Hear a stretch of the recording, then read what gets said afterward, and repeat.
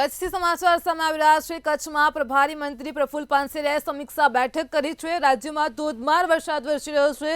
વરસાદની પરિસ્થિતિને પગલે પ્રભારી મંત્રી પ્રફુલ્લભાઈ પાનસેરિયાએ સમીક્ષા બેઠક કરી હતી। તો વરસાદની સ્થિતિ અને તૈયારીઓ અંગે સમીક્ષા બેઠક કરવામાં આવી છે।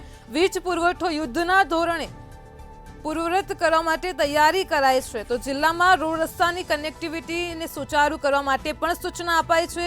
सांसद ने धारासभ्यों पण आ बैठकमां हाजर रह्या हता।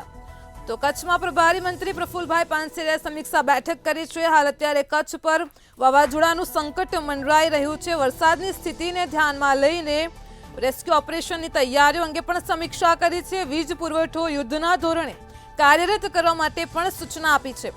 साथे ज जिल्लामां रोड रસ્તાઓની કનેક્ટિવિટીને સુચારુ કરવા માટે પણ આ સમીક્ષા બેઠકમાં સૂચના અપાઈ છે। આ સમીક્ષા બેઠકમાં સાંસદ અને ધારાસભ્યો પણ હાજર રહ્યા હતા।